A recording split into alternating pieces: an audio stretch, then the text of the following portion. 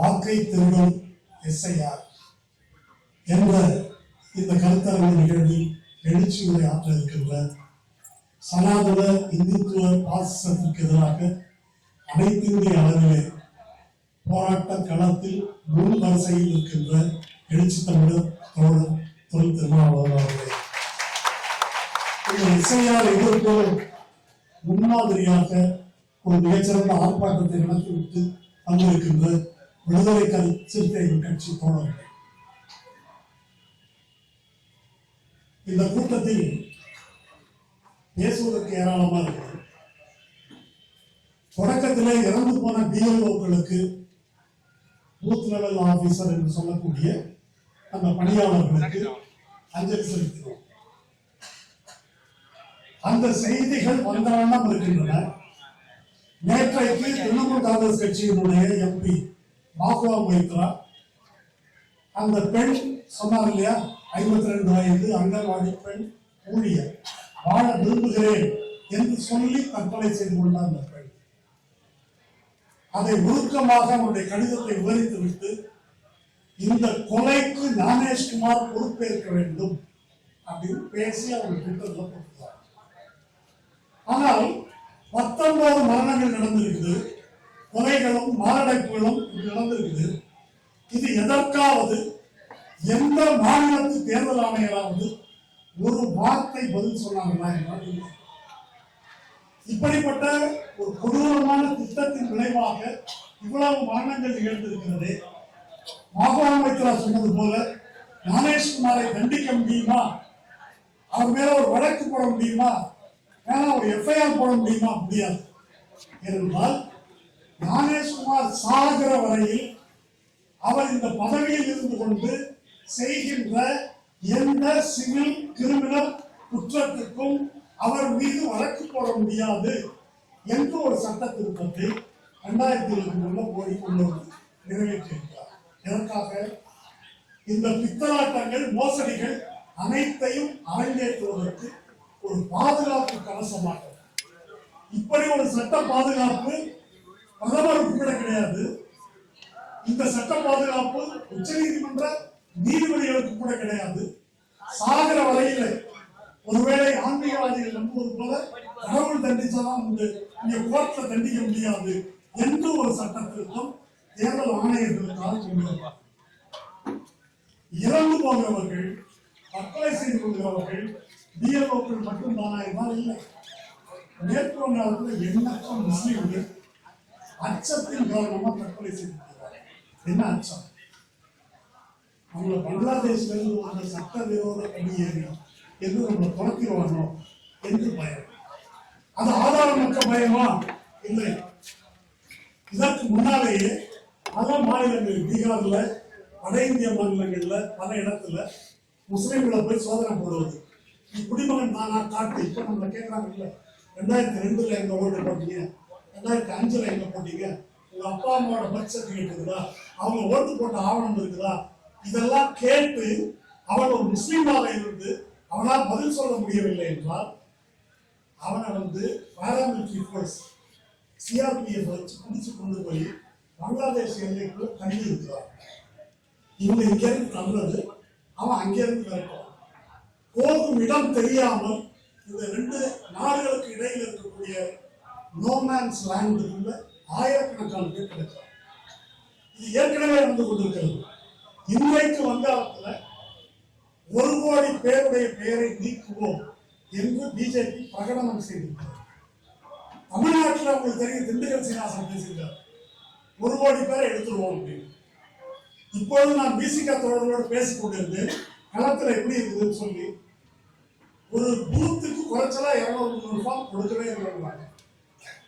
அப்புறம் கொடுத்ததுக்கு பிறகு அதை ஃபில்அப் பண்ணி வர்றது, ஃபில்அப் பண்ணி வந்த பிறகு அதை ஆன்லைன்ல வரவேற்றம் செய்வது, இதெல்லாம் முடிந்து எத்தனை பேர் வாக்குரிமையை இழக்கப் போகிறார்கள் என்று நமக்கு தெரியும். இங்கேயே எத்தனை கோடி, பீகார்ல உங்களுக்கு தெரியும், 65 லட்சம் பேருடைய வாக்குரிமையை, வாக்குகளை தேர்தல் ஆணையம் நீக்கியது. சுப்ரீம் கோர்ட்ல போய் இந்த 65 லட்சம் பேரை நீக்கினீங்களே, எதுக்காக நீக்கினீங்க? செத்துட்டாங்களா, ஊரை விட்டு போயிட்டாங்களா, என்ன காரணம் என்று கேட்டால் அதை நாங்கள் சொல்ல முடியாது என்று சொன்னது தேர்தல் ஆணையம். அதுக்கு பிறகு உச்சநீதிமன்றத்தில் சம்பந்தப்பட்டு அந்த விவரங்களை எல்லாம் சொன்னாங்க. அப்படின்னா இவ்வளவு பேர் ஊரை விட்டு போயிட்டாங்க, இவ்வளவு பேர் செத்து போயிட்டாங்க, ஒரு பட்டியல் கொடுத்தாங்க. அதற்கு அடுத்த அமர்வில் இந்த வழக்கு கொடுத்தவர்கள் செத்து போனவர்களா சொன்ன ஒரு 4 பேரை கூப்பிட்டு போய் நீங்க செத்து போனதா சொன்னவங்களா உயிரோட இருக்காங்க என்று உச்ச நீதிமன்றத்தில் நிறுத்தினார். அது மோடி அரசின் மக்கள் இது என்ன நாடகம் நடத்துறீங்க என்று கேள்வியாக கேட்டார். அப்ப இந்த மாதிரி குளறுபடிகள் தமிழ்நாட்டில் நடக்காது என்பதற்கு எந்த உத்தரவாதமும் பீகார்ல 43 லட்சம் பேருடைய வாக்குரிமை நீக்கப்பட்டது. 65-43 குறைஞ்சது. ஆனா இந்த 43 லட்சம் பேர் எதற்காக நீக்கப்பட்டார்கள் என்ற விவரம் இதுவரைக்கும் சொல்லப்பட்டார். என்னென்ன அவருடைய உறுப்புகள் என்ன என்பது இதுவரை சொல்லப்படவில்லை. கடைசி நேரத்தில் 3 லட்சத்துக்கும் மேற்பட்ட வாக்காளர்கள் சேர்க்கப்பட்டார்கள். என்ன அடிப்படையில் சேர்க்கப்பட்டார்கள் அது இன்று வரையில் சொல்லப்படவில்லை. இன்றைக்கு நம்முடைய நிதியமைச்சர் நிர்மலா சீதாராமனுடைய கணவர் அவங்க விலகி இருக்கிறார் அப்படிங்கிற பரக்கல பிரபாகர் அவர் வெளியிட்டிருக்கார் ஒரு ஆவணம். பதிவான வாக்குகள் என்று சொல்ல தேர்தல் ஆணையம் பீகாரில் சொல்லி இருப்பதை விட எண்ணப்பட்ட வாக்குகள் என்பது சில லட்சங்கள் அதிகமாக அவங்க சொல்லிக்கிற கணக்கு. அப்ப என்ன நடக்கிறது? இதற்கு என்ன பொருள்? இந்த எஸ்ஐஆர் வரும்போது அதை எல்லோரும் பீகாரில் கூட எப்படி புரிந்து கொண்டார்கள் என்றால், அங்கிருந்து பத்திரிகையாளர்களை எல்லாம் அழைத்து நாங்கள் கூட்டம் நடத்தினோம். சாகர் என்பது பத்திரிகையாளர், அவர் தலித்து ஆக்டிவிஸ்ட். அவர் சொன்னார், மக்கள்கிட்ட போய் பேசினா நம்ப மாட்டேன்றாங்க, ஏன்னா ஆதாரம் இருக்குது, என்னெல்லாம் ஒருத்தனை ஒன்றும் பண்ண முடியாது, உனக்கு ஒன்றும் விவரம் போயா அப்படின்னு சொன்னாங்க. அலட்சியமாக நடக்க போகின்ற அபாயம் புரியாதவர்களாக மக்கள் இருக்கிறார்கள், என்ன நடக்கும் தெரியல என்று அவர் பேசினார். பீகார் தேர்தல் முடிவு எப்படி இருந்தது? 10,000 ரூபாய் ஒரே லம்ப கையில் கொடுத்தார். அத்தனை பெண்களும் ஒன்றிய அரசு பணத்திலிருந்து மோடி அறிவிக்கிறார். தேர்தல் அறிவிக்கிற நேரத்தில் தேர்தல் நடைமுறைக்கு எதிராக இந்த பணம் விநியோகிக்கப்படுகிறது. அந்த பகுதியில் இருக்கக்கூடிய சிபிஐ எம்எல் என்ற கம்யூனிஸ்ட் இயக்கத்தை சேர்ந்த தீபங்கர் பட்டாச்சாரியான அவருடைய செயலாளர் சொன்னார், என்னங்க இப்படி ஆயிடுச்சு முடிவுன்னு கேட்டா, இங்க இருக்கக்கூடிய ஒரு எம்பிசி அல்லது இபிசி அல்லது தலித் பழங்குடி பெண்ணுக்கு 10,000 ரூபாய் சொன்னால பார்க்கறதுன்றது அறிவு. அந்த 10,000 ரூபாய் கிடைத்த உடனே அதை கொடுக்கப்பட்டிருக்காங்க. என்ன செய்வது? அவருடைய பரிதாபத்துக்குரிய நிலைமை இது. அங்க அசாம்ல தேர்தல் நடக்க போகிறது, அங்கேயும் இதே 10,000. இப்படி இது அப்பட்டமான முறைகேடு. இந்த முறைகேடை புரிந்து கொள்ளும் நிலையில் மக்கள் இருக்கிறார்களா? ஏழை எளிய மக்கள் என்பது ஒரு கேள்வி. அரசமைப்பு சட்டம், நம்முடைய வாக்குரிமை, ஜனநாயக உரிமை, அம்பேத்கர் பெற்றுத் தந்த உரிமை, இதெல்லாம் சாதாரண மக்களுக்கு எவ்வளவு புரியும்? இந்த பக்கம் அரசமைப்பு சட்டம், இந்த பக்கம் 10,000 ரூபாய் பணம். இது ரெண்டையும் வைத்து பார்க்கும்போது 10,000 தான் பெருசா தெரியும். இந்த வாக்குரிமையின் மதிப்பு என்ன, இதை இழந்தால் நமக்கு நேரக்கூடிய கதி என்ன என்பதை பற்றி புரிந்து கொள்ளும் நிலையில இந்த நாட்டின் ஆக பெரும்பான்மையான மக்கள் இல்லை. இந்த 2024 தேர்தலில் ராகுல் காந்தி பேசும்போது நீங்க பார்த்துருப்பீங்க, இப்படி ஒரு புத்தகத்தை எடுத்து வச்சு இது கான்ஸ்டியூஷன், இந்த கான்ஸ்டியூஷனை திருத்த போறாங்க, 400க்கு மேல வெற்றி பெறுவோம் என்று சொல்லுகிறார்கள். வெற்றி பெற்றால் அம்பேத்கர் இயற்றிய இந்த அரசமைப்பு சட்டத்தை திருத்தி விடுவார்கள் காட்டினார். அந்த புக்கு ஒரு பாக்கெட் எடிஷன். இந்த பக்கம் சிவப்பா இருக்கும், இங்க கருப்பா இருக்கும். ஊர்ல கூட்டம் நடத்துனாங்கல்ல, நண்பா நம்பி இந்த புக்கு திமுக புக்கு அப்படின்னு சொன்னாங்க. அதுக்கு கைதட்டுறது 10 பேர் இருக்காங்க. அந்த கண்டிஷன்ல தான் அரசமைப்பு சட்டத்தை பற்றிய புரிதல் இருக்கிறது. ராகுல் காந்தி இந்த அரசமைப்பு சட்டத்துக்கு ஏற்படக்கூடிய அபாயத்தை பற்றி பேசுவதற்கு முன்னாலேயே எனக்கு தெரிந்து நாங்கள் ஏற்பாடு செய்த கூட்டத்திலேயே கடந்த 5 ஆண்டுகளுக்கும் மேலாக, ஏன் அதற்கும் மேலாக திருமாவளவன் அதை பேசுகிறார். ஆனா அரசமைப்பு சட்டத்துக்கு ஆபத்து அப்படின்னா என்னன்னு மக்கள் புரிந்து கொள்கிறார்கள். 2024 தேர்தலில் அரசமைப்பு சட்டத்துக்கு ஆபத்து என்றால் இஸ்லாமியர்கள் மதச்சார்பின்மைக்கு ஆபத்து, இவன் இந்து ராஷ்டிரம் சொல்லிடுவான் என்று புரிந்து கொள்கிறார். தாழ்த்தப்பட்ட பிற்படுத்தப்பட்ட மக்கள் இடஒதுக்கீட்டை காலி கொள்கிறார் என்று புரிந்து கொள்கிறார்கள். அவ்வளவு மட்டும்தானா அப்படின்றதான் கேள்வி. இதை நாம் கொஞ்சம் ஆழமாக புரிந்து கொள்ள வேண்டும். மதச்சார்பின்மை, இடஒதுக்கீடு இதெல்லாம் ஒரு அம்சம். இந்த குடியரசு என்பதையே இல்லாமல் செய்வதற்கு ஒவ்வொரு கருவாக உறுதிக் கொண்டிருக்கிறார்.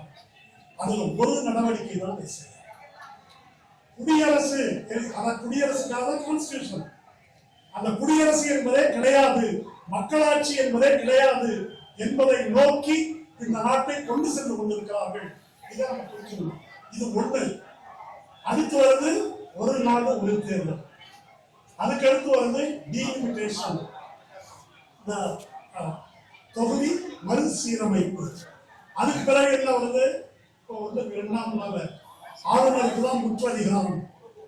சட்டமன்றம் ஆளுநர் கொடுத்து அதை திருப்பி அனுப்பினா கூட மறுபடியும் குடியரசுத் தலைவருக்கு அனுப்பலாம். அதில் நாங்கள் தலையிட முடியாது. தேர்ந்தெடுத்த சட்டமன்றத்துக்கு இல்லாத அதிகாரம் தேர்ந்தெடுக்கப்படாத ஆளுநருக்கு உண்டு என்று உச்ச நீதிமன்றம் பிரசிடென்ட் கேட்டதற்கு கருத்து சொல்லியிருக்கிறது. அது நாளைய தீர்ப்புகளில் கொஞ்சம் கொஞ்சமாக அதை கொண்டு வருவதற்கு இந்த அரசாங்கம் முயற்சிக்கும். அதுக்கு பிறகு 2 மசோதா பெண்டிங் இருக்கு. ஒன்று, முதலமைச்சர்கள் மீது ஏதாவது ஒரு வழக்கு வந்து 30 நாட்கள் அவர்கள் சிறையில் இருந்தால் பதவி பறிப்போம். அந்த மசோதா பெண்டிங் இருக்கு. செலக்ட் கமிட்டி விவாதத்தில் இருந்து அது நிறைவேற்றப்படும். இதற்கெல்லாம் என்ன பொருள் என்றால் ஒரு பொருள் தான், ஒரு கட்சி ஆட்சி.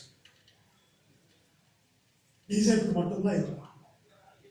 மற்றவர்கள் அதை ஒரே அடியா செய்யாமல் பல ஆப்பிரிக்க நாடுகளில், லத்தீன் அமெரிக்க நாடுகளில் ராணுவ ஆட்சி கவிழ்ப்புன்னு பாகிஸ்தான் அதிகாரத்தை கைப்பற்றி கொண்டு ஜனநாயகம் கிடையாதுன்னு அறிவிச்சுவாங்க. அப்படி இல்லாமல் இது ஒரு ஸ்லோ பாய்சன், கொஞ்சம் கொஞ்சமாக நெஞ்சு ஊட்டப்படாது. அதனால இங்க கொஞ்சம் ஜெயிக்கலாம், அங்க தோற்றணும். அது பலகலா பிரபாகர் சொல்வது போல இது ஒரு சூதாட்ட கிளப்பு போல நடத்தப்படுகிறது. 10 ஆட்டம் சூதாட்ட கிளப்பு நடந்த இடத்துல போய் ஆடினாக்க ஒரு 3 நாள்ல நீங்க ஜெயிக்கலாம், 6 நாள் ஜெயிப்பாங்க. பெரிய பகுதி அவர்கள் கைக்கு போகும். இப்ப இந்த ஒரு சட்ட திருத்தம். பஞ்சாப் மாநிலத்தின் தலைநகரம் சண்டிகர், ஹரியானா மாநிலத்தின் தலைநகரம் சண்டிகர். அந்த சண்டிகரை குடியரசுத் தலைவர் கட்டுப்பாட்டுக்கு கொண்டு வருவதற்கு ஒரு சட்டம், அது அவசர சட்டம், அதை நிறைவேற்ற போகிறார்கள். அந்த சண்டிகார் மட்டும் குடியரசுத் தலைவர் சொல்றதுதான் சட்டம். இதை புதுடெல்லியில ஏற்கனவே செய்திருக்கிறார்கள். அப்ப இதற்கெல்லாம் என்ன பொருள் என்று சொன்னால், நம்ம எப்படி புரிந்து கொள்ளுகிறோம்? இங்க தோழர்களுக்கு நான் சென்னையிலே பேசும்போது இஸ்லாமிய மக்கள் பயந்து இருக்கிறாங்க. நமக்கு என்ன நடக்கும், கரெக்டா இந்த ஆவணங்கள் கொடுக்கலன்னா என்ன ஆகும்? சில பேர் பல ஆயிரம் செலவு செய்து பழைய ஆவணங்கள் நான் இந்தியன் தான் நிரூபிக்கிறது வாங்கி வைத்துக் கொண்டிருக்கிறார்கள். வசதி உள்ள சாதாரண மக்களை பொறுத்த வரைக்கும் இதெல்லாம் கேட்டாக்க என்னடா ஃபார்ம், இதை ஃபில்அப் பண்ணுன்னா 2002 எங்கேயாங்கலாம், 5 எங்கேயாங்களா, எவனுக்கு தெரியும். அது முன்னாலும் அந்த சர்டிஃபிகேட் கொடு, இந்த சர்டிஃபிகேட் கொடுன்னு கேட்கலாம். இதெல்லாம் எங்க போய் வாங்குவது, எப்படி வாங்குவது என்று இதை ஒரு தொந்தரவாக கருதுகிறார். இன்னும் பெரும்பான்மை மக்களை பொறுத்த வரைக்கும் இந்த வாக்குரிமை பறிப்போவது பற்றிய அபாயம் அது மக்களுக்கு இன்னும் புரியுது. அதனால் ஏற்படக்கூடியது என்ன என்று புரியல. ஒரு தேர்தலே பெரும்பாலும் ஒரு 30 விழுக்காட்டினர் ஓட்டு போடுவதில்லை. ஓட்டு போடாதவங்க பெரும்பாலும் மேட்டுக்குடி பெருமைகள் தான். அவங்களுக்கு இதுல பிரச்சனை இல்லை. ஃபார்ம் ஃபில்அப் பண்றதுல, இன்டர்நெட்ல போய் செய்யறதுல, டவுன்லோட் பண்றதுல, அப்லோட் பண்றதுல எதுவுமே அவங்களுக்கு பிரச்சனை இல்லை. யாருக்கு பிரச்சனை? ஏழை எளிய மக்கள். ஏழை எளிய மக்கள் தான் பிஎல்ஓக்களாக சாகிறார்கள். அங்கன்வாடி ஊழியரும், சத்துணவு ஊழியரும், நகராட்சி பணியாளரும் யாரும் எல்லாம் ஓபிசி காட்டப்பட்ட. வாக்குரிமையை இழக்கப் போவது யார்? மீனவர்கள், தோட்ட தொழிலாளிகள். காலையில போன ராத்திரி வரவன் பாம்பு வாங்க மாட்டார். அப்ப இந்த வாக்குரிமை இழப்பது பற்றி எதுவுமே தெரியாத ஆக பெரும்பான்மையான மக்கள் தான் இதை எடுக்கப் போகிறார். ஆனா எப்படி பிரச்சாரம் பண்றாங்கன்னா, பீகார்ல இந்த பிரச்சனையை பற்றி ராகுல் காந்தி, நம்முடைய முதல்வர் ஸ்டாலின் அங்க போயிருந்தாரு, தேஜஸ்வி யாதவ் எல்லாம் பேசும்போது இவங்க வாக்கு திருட்டு என்று பேசும்போது இது குஸ்பேத்தியா பச்சாவோ ஆந்தோலன் அதாவது பங்களாதேஷிகள் இங்க நிறைய குடியேறிட்டாங்க, அந்த முஸ்லிம்களை காப்பாற்றுவதற்கு இவங்க ஊழல் வருவாங்க என்று அமித்ஷாவும் மோடியும் பேசினார். பீகார்ல எஸ்ஐஆர் முடிஞ்சிருச்சு, தேர்தலும் முடிஞ்சிருச்சு. எத்தனை பங்களாதேசிகளை பிடித்தீர்கள் என்று கேட்டால் ஒரு ஆளை கூட இதுவரைக்கும் தேர்தல் ஆணையம் சொல்லவில்லை, காட்டவும் இல்லை. தமிழ்நாட்டில் என்ன சொல்றாங்க? எடப்பாடியிலிருந்து பிஜேபியிலிருந்து எல்லாரும் என்ன சொல்றாங்க? எஸ்ஐஆரை பார்த்து திமுக பயப்படுகிறது, கள்ள ஓட்டு போட முடியாதா, அதான் பயப்படுது என்று பிரச்சாரம் செய்கிறோம். இன்னைக்கு இப்போ செல்லூர் ராஜு பேசுகிறாரு, செய்தியில கேட்டேன், நாங்கெல்லாம் மரமண்டையா இருக்கிறோம் என்னன்னு தெரியாம அப்படின்னு கரெக்டா பேசுங்க. உண்மையான இல்லை. அவர் போய் மாவட்ட ஆட்சியரை பார்த்து பேசினாரா, ஒண்ணு தெற்கு புரியல, வடக்கு புரியல, தலை புரியல, காலம் புரியல, என்ன ஃபார்ம் என்ன ஒன்றும் புரியல. ஆனா எடப்பாடி என்ன சொல்றாரு? இது என்னவே பெரிய பிரச்சனை, 3 நாள்ல முடிச்சிடலாம், இது ஒரு விஷயமே கிடையாது என்று எடப்பாடி பேசுகிறார். நிர்மலா சீதாராமன் வந்து கூட்டம் போட்டு என்ன பேசுறாங்க?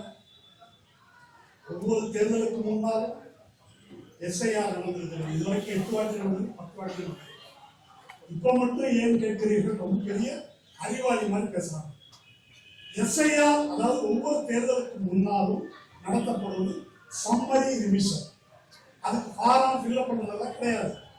நீங்க போய் இறந்தா சொல்லுவீங்க, புதுசா இருந்தாக்க சேர்ப்பீங்க, உங்களுக்கு அட்டையை கொடுப்பாங்க. இதுதான் நடக்கிறது.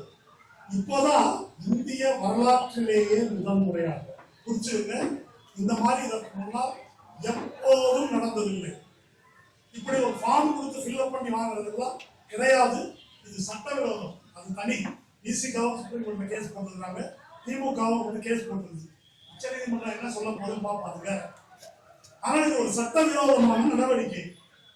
ஸ்பெஷல் இன்டென்சிவ் ரிவிஷன் அல்லது இந்த தீவிரமான சீராய்வு, அதை எப்படி செய்ய முடியும்னு சட்டத்தில் இருக்குன்னா, ஒரு தொகுதியில தான் செய்ய முடியும். ஒரு நேரத்தில் ஒரு மாநிலத்தில் உள்ள ஒரு தொகுதியில ரொம்ப குளறுபடி இருக்குன்னாக்கா அங்க இன்டென்சிவ் ரிவிஷன் அப்படின்னு நடத்தலாம். அதுவும் கூட இப்படி ஃபார்ம் வாங்குறதுலாம் கிடையாது.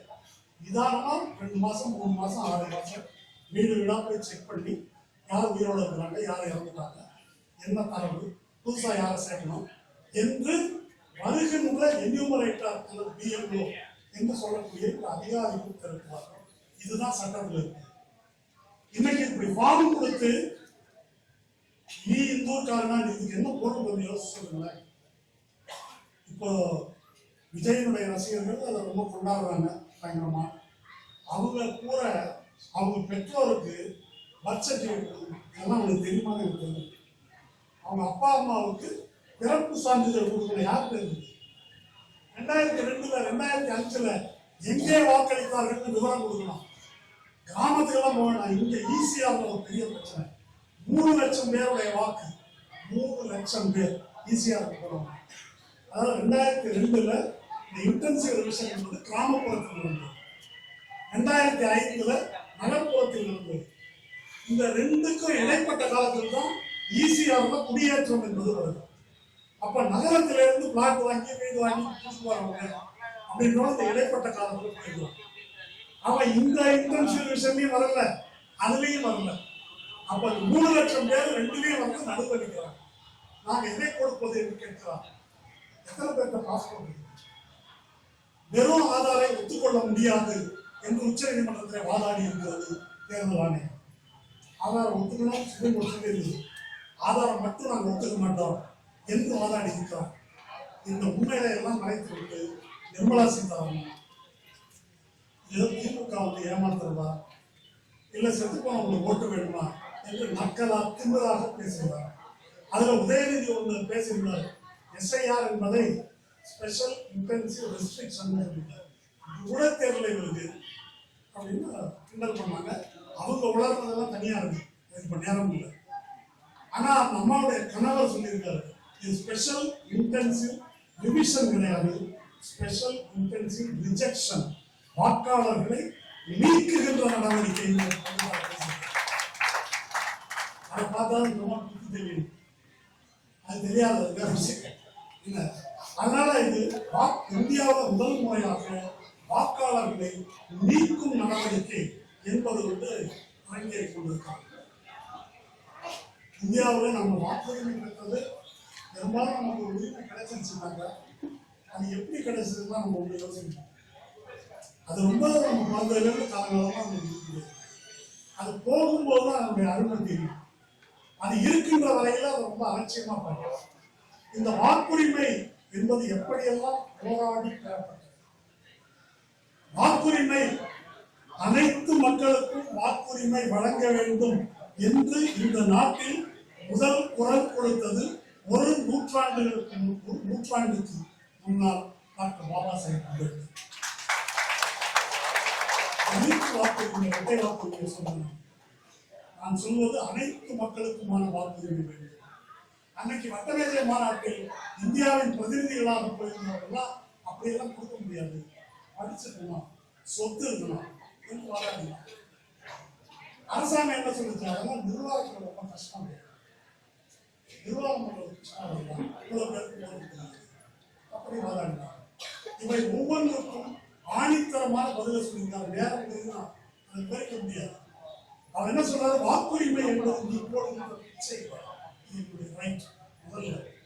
இரண்டாவது, உன்னுடைய நிர்வாக சௌகரியத்துக்காக நான் உரிமையை இழக்க முடியுமா? மூணாவது, படிச்சவனுக்கு தான் வாக்குறோம், படிச்சவன் அறிவாளி அவகாசம் வாங்கிடுவாங்க. ஆமர மக்கள் தான் இந்த நாட்டில் அறிவாளிகள், எது சரி தவறு என்று முடிவு செய்ய தெரிந்தவர்கள். சொத்து இருக்கிறவனுக்கு தான் அப்படின்னா சொத்து இல்லாதவர்களை எங்க செய்யணும்? அப்ப சொத்து இருக்கிறவனுக்கு தான், படித்தவனுக்கு தான் வாக்கு என்று சொல்வதன் மூலம் நீங்கள் என்ன செய்ய முயற்சிக்கிறீர்கள் என்றால், நாட்டின் ஆகப்பெரும்பான்மையான மக்களை தற்போதைகளாக, சொத்தற்றவர்களாக, ஏழைகளாக அப்படியே மெயின்டைன் பண்ணணும் என்பதுதான் உங்களுடைய நோக்கம். அதுக்காக தான் இந்த வாக்குரிமையை மறுக்கிறீர்கள் என்று வெள்ளைக்காரன் ஆட்சி காலத்தில் தொடர்ந்து போராட்டம். அப்ப நடக்கல. அரசமைப்பு சட்டம் இயற்றப்படுகிறது.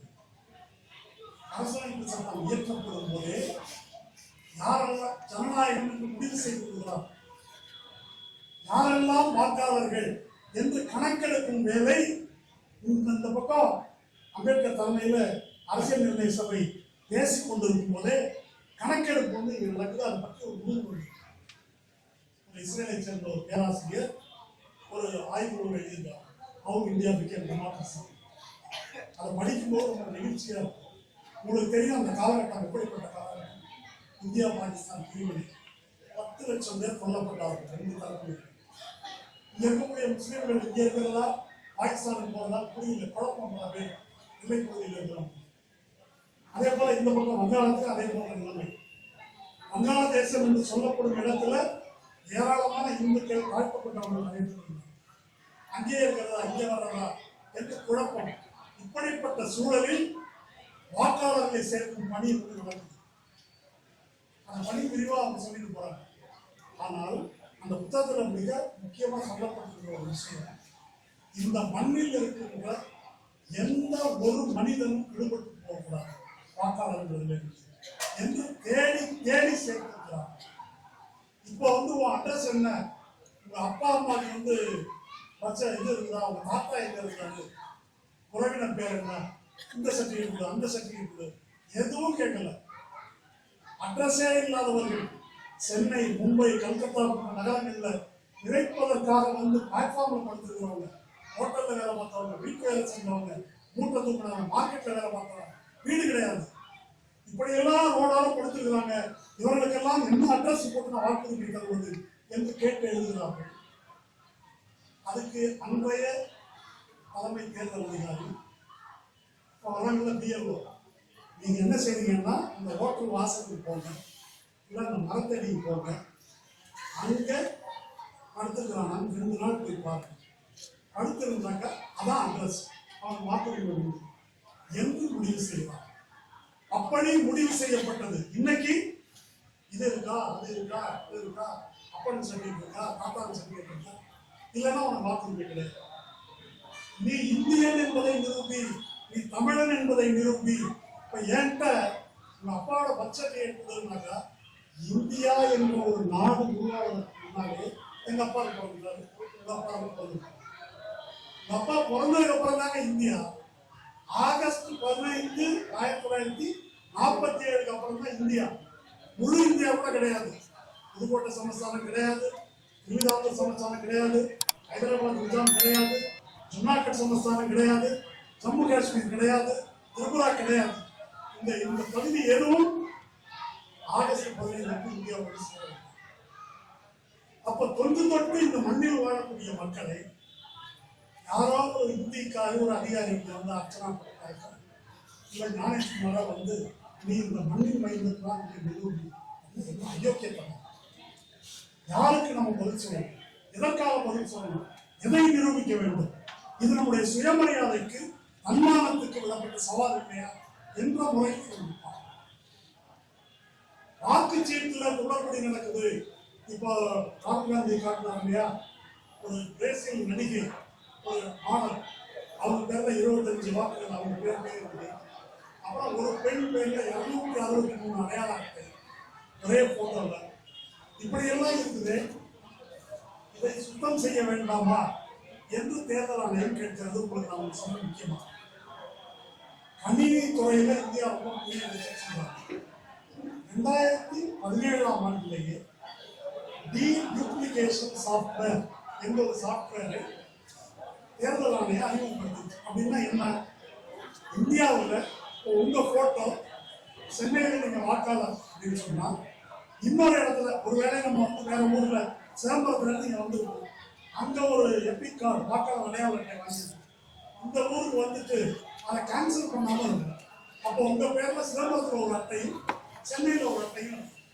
அப்படி இருந்தால் இந்த சாஃப்ட்வேர் இந்தியாவில் எந்த மூலையில இருந்தாலும் இந்த முகத்தை ஸ்கேன் பண்ணி பார்த்துட்டு இன்னொரு ஒரு இடத்துலயோ 2 இடத்துலயோ அந்த வாக்கு இருந்தால் அது ஆட்டோமேட்டிக்கா நீங்க. இந்த சாஃப்ட்வேரை பயன்படுத்தாமல் வைத்திருக்கிறது முதன்முறையாக இந்த தேர்தல். ராகுல் காந்தி எழுப்புறாரு, சுப்ரீம் கோர்ட்ல எழுதிக்கிறாங்க, ஒரு சாஃப்ட்வேர் இருக்குது, அதை ஏன் பயன்படுத்தாம இருக்கிறாங்க?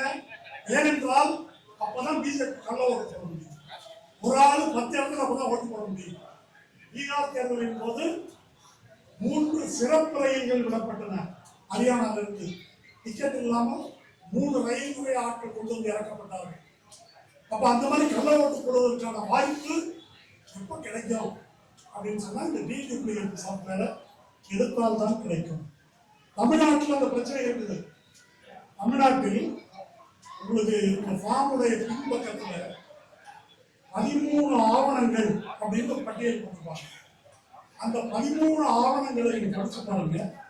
அதுல 13ஆவதா ஒன்று சொல்லிடுவோம், பீகார்ல நடைபெற்ற ஸ்பெஷல் இன்டென்சிவ் ரிவிஷன்ல ஒரு வாக்காளருடைய பெயர் அவர் பீகாரின் வாக்காளர் தான் என்று அங்கீகரிக்கப்பட்டிருந்தால் அவர் தமிழ்நாட்டில் வாக்களிக்கலாம். அங்க ஒரு அட்டை இருந்துச்சுன்னாக்கா பீகார்ல இருந்து கோயம்புத்தூர்லயோ ஒசூர்லயோ சென்னையிலயோ அந்த வேலை பார்க்கக்கூடிய ஒரு தொழிலாளி அங்கேயே ஓட்டு போட்டிருந்தாலும் இங்கேயும் ஓட்டு போடலாம். இப்படி வாக்குரிமை வழங்க முடியுமா? இது சட்டப்படியானதா என்று கேட்டால் சட்ட விரோதமாக அந்த மாதிரி செய்ய முடியும். ஒரு தொகுதியில் குடியிருப்பவரா என்று பரிசீலித்து அக்கம் பக்கத்தில் உள்ளவர்களை விசாரித்து, ஏங்க இவர் இந்த ஊர் தானா, இந்த தெருதானா என்று விசாரித்த பிறகுதான் நீ தமிழரோ வங்காளியோ யாரோ அப்பதான் வாக்குரிமை வழங்க முடியும் என்று சுப்ரீம் கோர்ட் தீர்ப்பு சொல்வது, சட்டம் சொல்லுது. ஆனா இப்ப எதை கொண்டு வந்துருக்காங்க? பீகார்ல இருந்து சர்டிபிகேட் வாங்கிட்டு இங்க ஓட்டு போடலாம். அந்த தொழிலாளிகளுக்கு எதிராக நம்ம ஒதுக்க முடியும். அங்கிருந்து பல லட்சக்கணக்கானவர்கள் இங்க வந்து வேலை பார்க்கிறார். ஒரு புள்ளிவிவரம் சொல்ற, இந்த தேர்தலின் போது அந்த ஊர்ல ஒரு சாக் பூஜான்னு ஒரு விழா, 48 லட்சம் பீகார்காரர்கள் இங்க இருந்து பல மாநிலத்தில் இருந்து ரயில்வே சவுத் சென்ட்ரல் ரயில்வே மட்டும் 7000 சொச்சம் ரயில் விட்டுருக்கோம் வேண்டாம் கேன்சல் முடியாது. அங்கிருந்து மட்டும் 7000 ரயில் இருந்து தெற்கு ரயில்ல இருந்து எவ்வளவு போயிருக்கோம் தெரியாது. அப்ப இந்த தொழிலாளிகள் எல்லாம் ஓட்டு போடணும்னா ஓட்டு போடணும், இந்த உரிமை இருக்குது.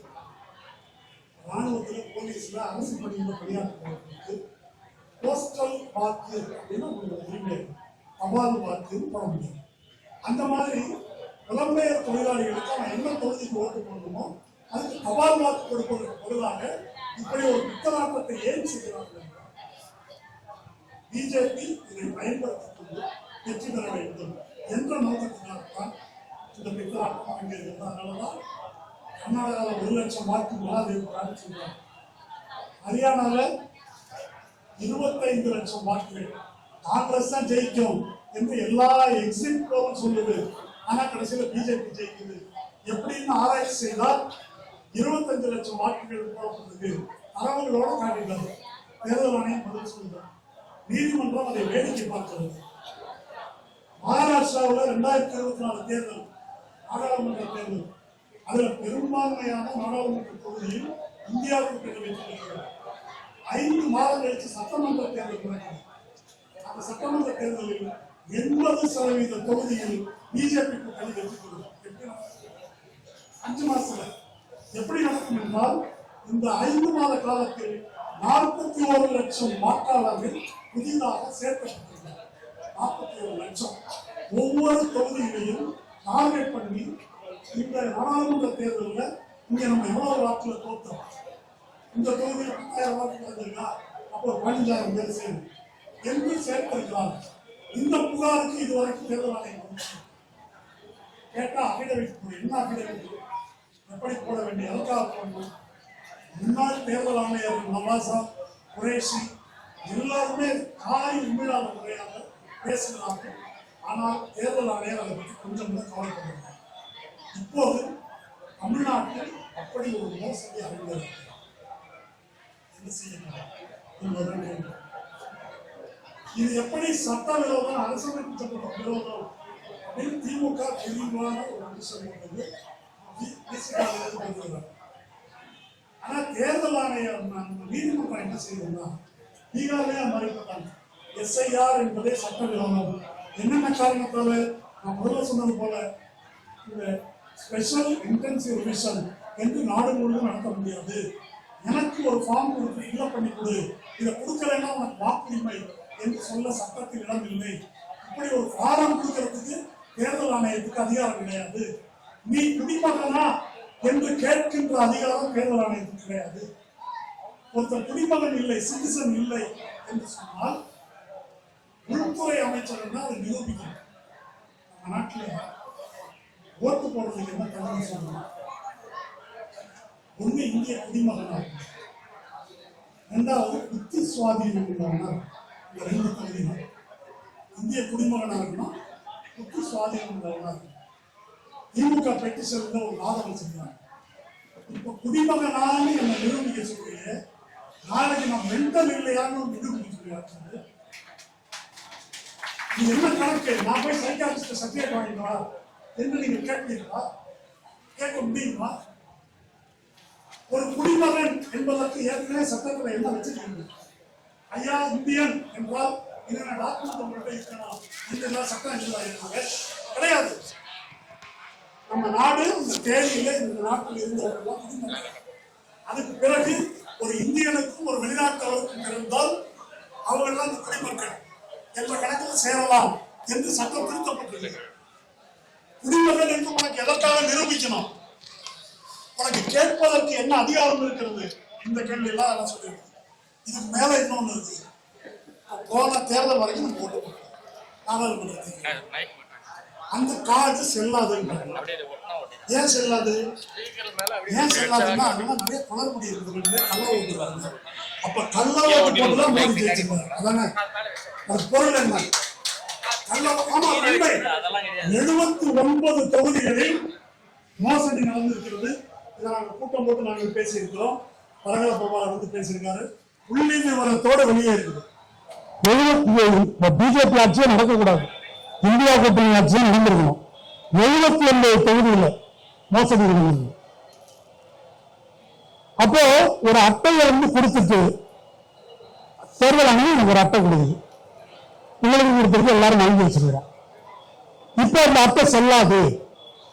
இந்த அட்டையை நானா தயார் பண்ணேன், நீ தான் இந்த அட்டையை கொடுத்த. அப்ப நீ இந்த அட்டையை கொடுத்துட்டு இது செல்லாதுன்னு சொன்னா, ஏன் செல்லாதுன்னு சொல்ல வேண்டிய பொறுப்பு யாருக்கு இருக்குது? நாளைக்கு உங்கள்கிட்ட வந்து டிகிரி சர்டிபிகேட் செல்லாதுன்னு என்ன பண்ணுவீங்க? எனக்கு புரியல. படிச்சு ஒரு பட்டம் வாங்கியிருக்கிறாங்க, யூனிவர்சிட்டி தான் நமக்கு சர்டிபிகேட் கொடுத்துருக்குது, இந்த சர்டிபிகேட் செல்லாது என்று அறிவித்து விட்டால் இது செல்லும் நீதி அப்படின்னு நீ பிஏ படிச்சிருக்க நிரூபி அப்படின்னா அப்படி நிரூபிக்க முடியுமா? நீ தானே சர்டிபிகேட் கொடுத்த, இது ஏன் செல்லாது? யூனிவர்சிட்டி சொல்லணும். இந்த எபிக் கார்டு ஏன் செல்லாது என்று தேர்தல் ஆணையம் சொல்ல வேண்டும். இதை நீதிமன்ற தீர்ப்புகளில் இருக்கிறது. அது எல்லாத்தையும் தூக்கி வச்சுட்டு இது செல்லாது. நம்ம அந்த அட்டை கொடு, இந்த அட்டை கொடு. இப்ப ஆதார்னு ஒரு அட்டை இருக்கு. முதல்ல ஆதார் அட்டை வாங்கலாம், வாங்கலன்னா இல்லைன்னாங்க. அப்புறம் வாங்கினாதான் பேங்க் அக்கௌண்ட், வாங்கினாதான் ரேஷன் கார்டு, வாங்கினாதான் 100 நாள் வேலை, வாங்கினாதான் உதைக்க முடியும் அப்படின்ற அளவுக்கு இல்லையா, வாங்கினாதான் சுடுகாட்டிலே பிறக்க முடியும் என்ற அளவுக்கு அதை கொண்டு வந்திருக்காங்க. இப்ப ஆதார் கார்டும் பத்தாது, அதை நாங்கள் ஒத்துக்க முடியாது, முஸ்லிமாக நிரூபி அப்படின்னா இதற்கு என்ன பொருள் என்று சொன்னால், குடிமக்கள் அனைவரும் கிரிமினல்கள் போல அவர்கள் நடத்துகிறார்கள். கண்காணிக்கப்பட வேண்டிய கிரிமினல்களாக நம்மை மாற்றிவிட்டார்கள். நானும் அவன் கேட்டதெல்லாம் ஓடி ஓடி அந்த போறோம் இந்த ஓரம் கொண்டு கொடுத்துட்டு இருக்கிறோம். இது எவ்வளவு ஒரு மாநிலத்தை இதுக்கு பேர் தான் பாசிசம். நீ இஸ்ரேல்ல பாலஸ்தீன மக்களை எப்படி இஸ்ரேல் கொல்லுதுன்றது உங்களுக்கு தெரியும்.